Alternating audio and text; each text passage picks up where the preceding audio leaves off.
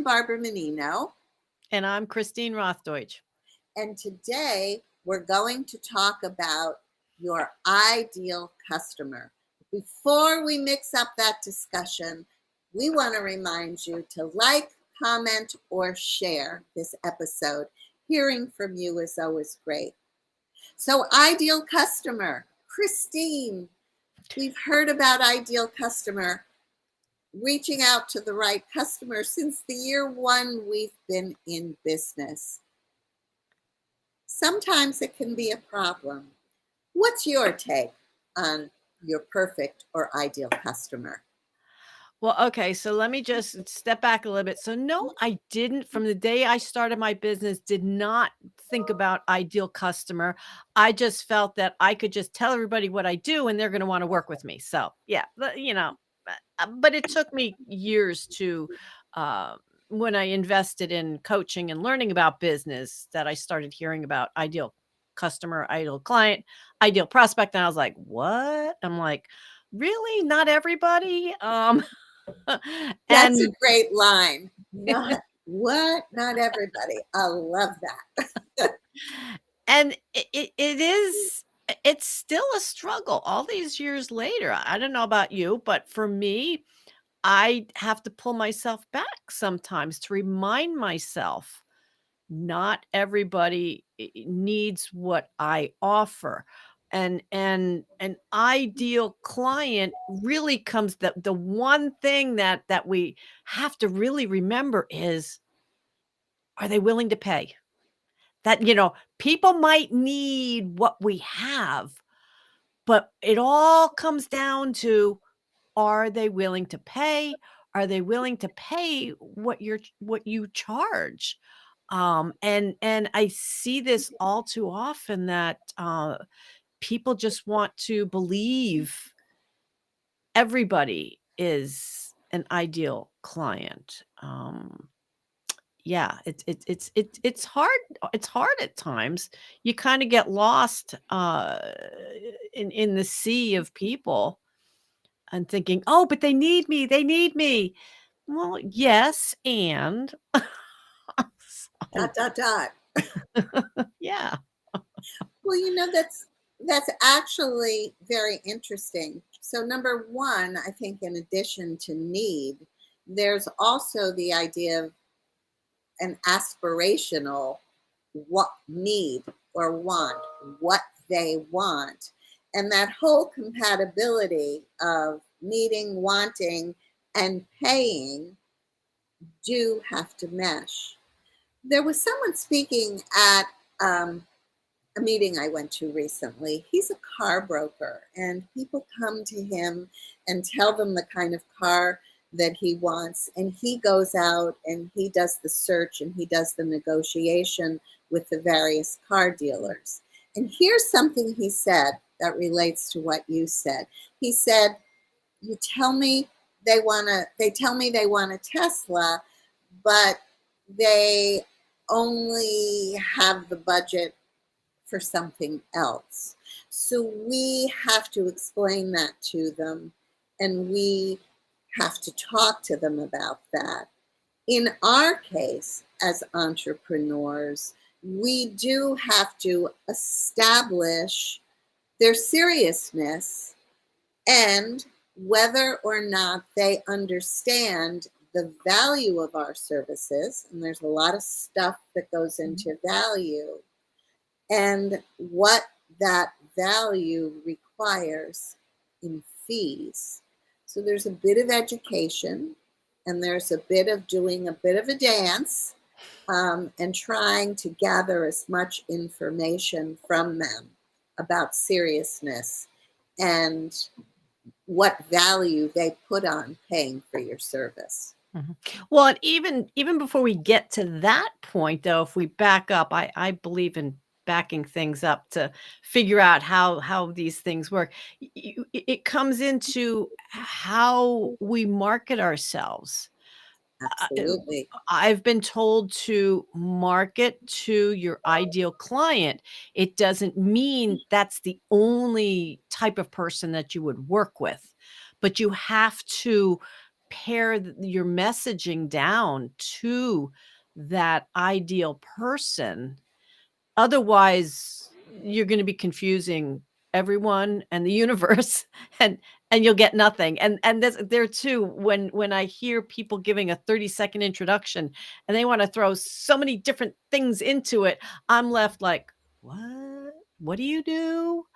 Now, again, okay, so I change up my 30-second commercial probably too often myself, and I need to just hone in on one ideal client. Again, it's difficult though.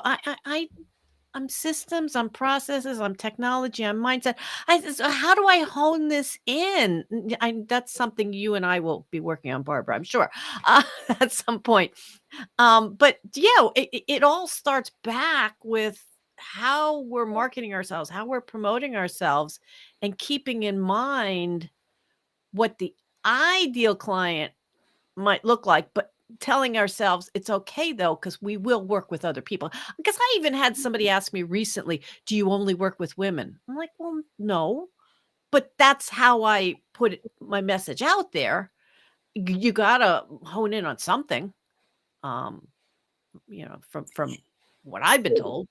What I think is interesting about that, and I totally agree with you that less is more, you give them too much, they become confused.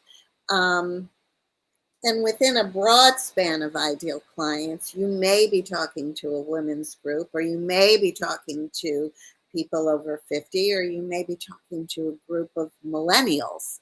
And each of those have a sort of a different twist to the need they have for your service. So you might change up your pitch, if you will, dependent on who to whom you're speaking. It is about the marketing, and it's certainly about the way you position yourself in your brand. I know that along that line of doing the narrowing, one of the things that often frustrates me is that it does come down to a demographic.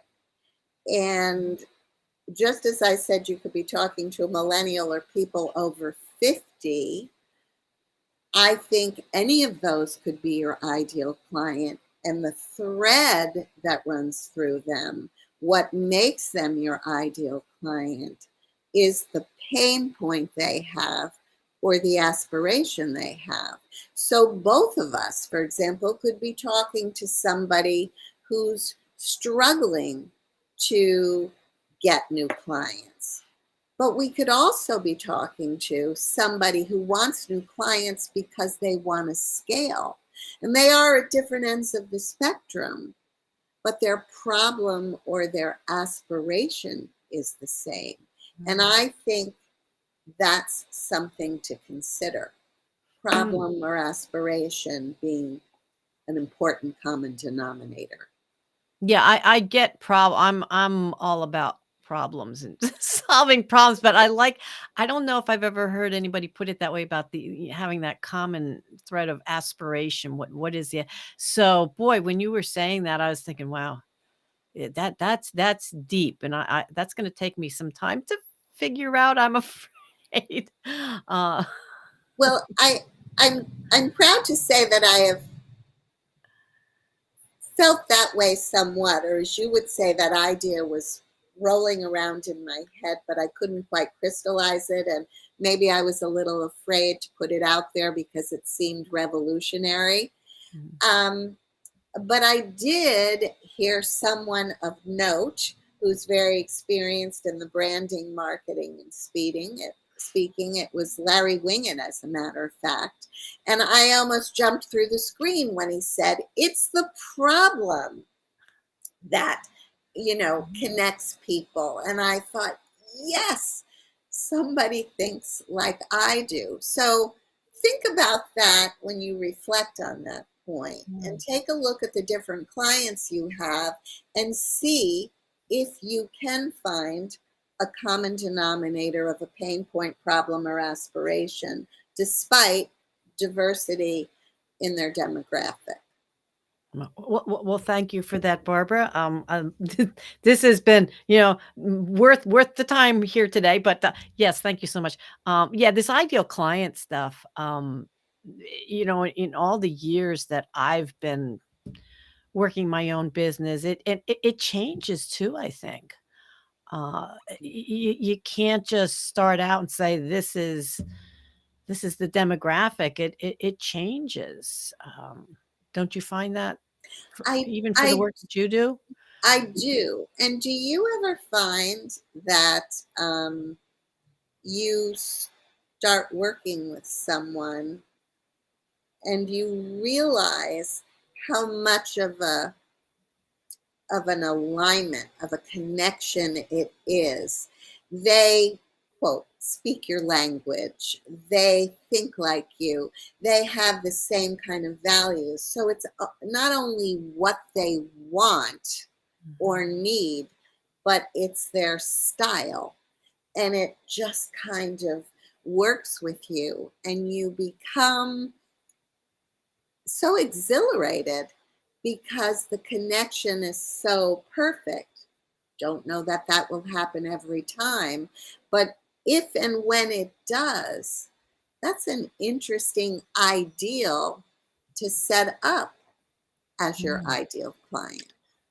Yeah, you're right, and as you said that, a few past clients have come to mind that actually before we worked together, they decided to come to me because of how I was presenting myself, what they saw me doing out there, both in person or online and everything. And they resonated with what I was saying. They liked how I presented the information. So it started before we worked together. And That's that's why I think, very gratifying. yeah, and there you go with content, putting stuff out there. It's like, how do people get to understand you? And are they your ideal client? Are you their ideal coach or whatever it is that you're doing? We need the content. Well, that actually even starts well before you get to that phone call. Mhm, That's about the way you brand, right? It's mhm. about authentically, a very heavily used word these days, but really expressing, showing, and I always say show is the key word, who you are and what you're about. And just like you said, you resonated with these people and they with you, maybe from the first time you met, before you even got to that discovery call or what have you. And that's because of your branding, not only the content that you put out there, but when you go out to a networking event or you speak an event, you're representing verbally and in plain view what you've put down in writing on your website or in your email or what have you. So it's all in sync for the taking and for them to evaluate, for them to say, I want to work with her. And Mm. it is a very cool moment in business when that happens. Yeah, and these things take time to develop. Yes, Yep, they do. yep. As with anything we have to do in business, this is one of my soapbox side moments here of yes, these things take time to put into action in your business, but once you do, it's just so rewarding. Can Um you think of any other ways that you would be able to identify an ideal client beyond what I'm going to call the natural magnetism? Can you think of any other way? Oh, any other way to identify an ideal well, it's something I did, early on when I was with a coach years ago doing, surveys just having a couple questions and just asking people, "Hey, can we just hop on a call? I got a couple questions, and this is something I'm working on at the moment myself." It's, just start asking people questions around what you do, and get their feel, for where they're at. And yeah, that opened up my eyes for so many people. And at that time, I even had a couple of people say, "Oh my goodness, if I was in the market at this time for your help, we'd be working together." But asking questions of people to get them thinking about themselves and who they are and what they need. Yeah, that's, yeah, surveys, definite, tool to use. That happened when we started working together. I always remember when you said to me, the onboarding, you asked questions that got me thinking Mhm, deeply. And they mhm, were things that had flitted through my mind, but I'd never really been able to crystallize. mhm, And that's exactly what you're talking about there. And right, again, that's a very natural way of discovering who's a good connect and who might not be. I suspect too that another way, which is a little more external, not as personal as what you described, might be to look at competitors' websites and mm, people who do the same thing you do and see how they're talking to their clients, if it's an interactive site, how their clients respond, because that puts you wise to the dialogue that manifests a good connection. So there's yes. definitely, we pointed out some very personal ways, but some research too to Oh, do. yes. Research, that is huge. I'm a huge believer in research, although those are some deep rabbit holes at times that you technically put a time. Okay, so I have a timer here. Put a timer on when you're gonna do some research and stick to it. Otherwise, it gets crazy. And keep your research organized. Otherwise, you're like, "Wait a minute, I found some good information. Where did I put that?" But that's a whole other episode of Soapbox Wisdom, It's a whole other about that. episode. But yeah, you're right. Look at what competitors are doing, or people, maybe not a direct competitor, but something similar, and see what they're doing. But, Here's I a fun thing too that I somebody told me, and I think you'll like this one. If you do that ideal client, when you go, yes, there's a synchronicity between us. Somehow you get a picture of them from their website or the net and you put it up on a bulletin board or on the wall behind your desk so you're always looking at it. And it will continually remind you of why that client clicked and what makes a good client service provider relationship work. That's kind of a fun little tip that I heard at a meeting I was at not too long ago. And I thought that was intriguing, interesting, and as I said, a little bit fun. Yeah, well, that's a great tip. That's the first time I've heard that one too. It's like, "Oh my god." Well, Barbara, I when you suggested we talk about ideal client, I wasn't quite sure where our conversation was going to go. Was it, something that can help our audience or not? But I truly believe we've gone into some nooks and crannies that even I wasn't even thinking about. Is there anything else that comes up for you? Just one last point before you take us out, that on the other side of that great picture, that's your ideal client, there are some clients with whom you have very frustrating relationships. There's nothing wrong with them, there's nothing wrong with you.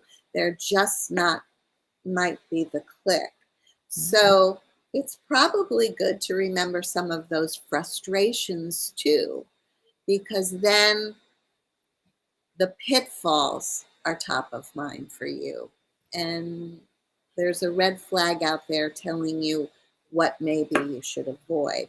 Not every client is going to work. And to you, where you started, you don't necessarily want everybody. You want the people whom you can best serve. Absolutely. So, yes, besides thinking of the good, you gotta think of the bad. And again, as we stated in the very beginning of this, what really it all comes down to also is, will people pay you?